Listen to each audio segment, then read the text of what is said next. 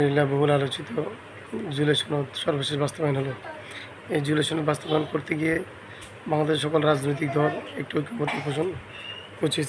সেজন্য সকল রাজনৈতিক দলকে আন্তরিক শুভেচ্ছা এবং অভিনন্দন জানাচ্ছি।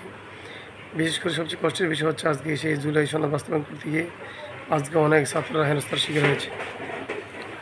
এই জন্য সকলের প্রতি, সকল রাজনৈতিক দলের প্রতি একটি আবদার, আমাদের সকল হিংসা বিদ্বেষ বলে গিয়ে বাংলাদেশের সার্বভৌমত্ব রক্ষার্থে আমাদের সকলকে একটি সিদ্ধান্তের মধ্যে থাকতে হবে, একটি একতার মধ্যে থাকতে হবে, যেন আর কোনো রাক্ষসে বাহিনী বাংলাদেশকে জিম্মি করতে না পারে।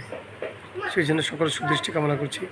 আল্লাহ সকলকে সুন্দরভাবে এই রাষ্ট্রের খেজমত করার মতো তৌফিক দান করুক। সকলের সুদৃষ্টি যেন রাষ্ট্রের উপরে পড়ে, কুদৃষ্টি যারা দিবে তাদের দৃষ্টিকে যেন আল্লাহ চিরতরে মুছে দেয়। সেই জন্য আমরা আল্লাহর কাছে তৌফিক